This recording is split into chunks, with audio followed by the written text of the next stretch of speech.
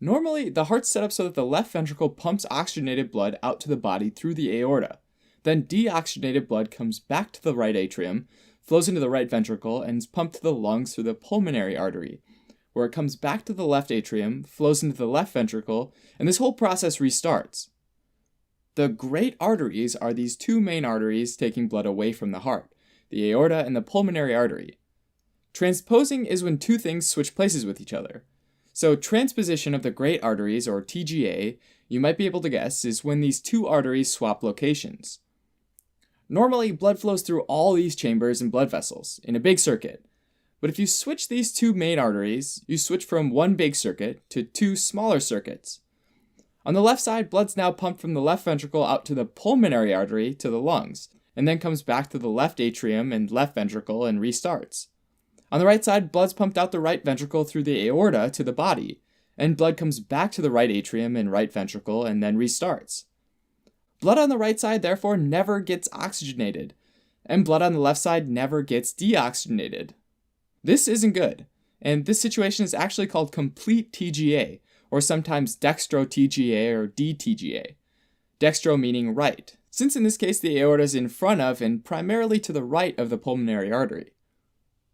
Alright, when the fetus is still in the mother's uterus, babies with DTGA don't have any symptoms because they're not using their lungs yet, and they rely on blood from the mother as well as a few shunts for blood flow, like the foramen ovale, a gap between the atria, the ductus arteriosus, a vessel connecting the aorta and the pulmonary artery, and the ductus venosus, which is a vessel connecting the umbilical cord to the inferior vena cava.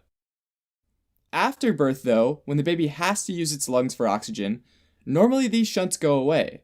The foramen ovale closes up and the vessels become ligaments. This essentially means that DTGA leads to death, unless there's some way for blood between the pulmonary and systemic circulations to mix. Some possibilities are having the foramen ovale or ductus arteriosus stay open, or for the baby to have what's called a ventricular septal defect, where there's a shunt between the ventricles, which is actually present in about a third of cases. Any of these allow the two independent circuits to mix blood and deliver some oxygenated blood to the tissues.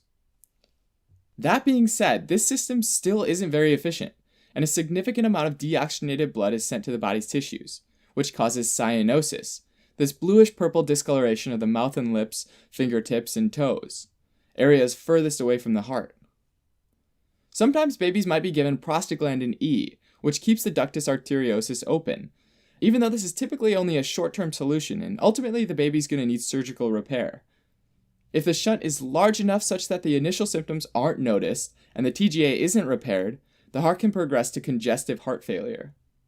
And this is because the roles of the ventricle have been switched, right? Meaning the right ventricle now pumps out to the higher pressure systemic circuit, even though it's built for low pressure systems. And the left ventricle pumps out to the lower pressure pulmonary circuit, even though it's built for high pressure systems. So in response, the right ventricle can hypertrophy or get larger, and the left ventricle might atrophy or get smaller. And these massive changes in heart structure can ultimately cause the heart to fail. Less commonly, babies can have levotransposition of the great arteries, or LTGA, with levo meaning that the aorta is primarily to the left of the pulmonary artery. In this form, the great arteries are still connected to the wrong ventricle, but it's just that the ventricles are the ones that switch places, along with their atrioventricular valves. So in this case, unlike DTGA, circulation is preserved, and therefore sometimes this is called congenitally corrected TGA. This type is acyanotic, meaning not blue. For that reason, babies with LTGA usually won't have any obvious symptoms at birth.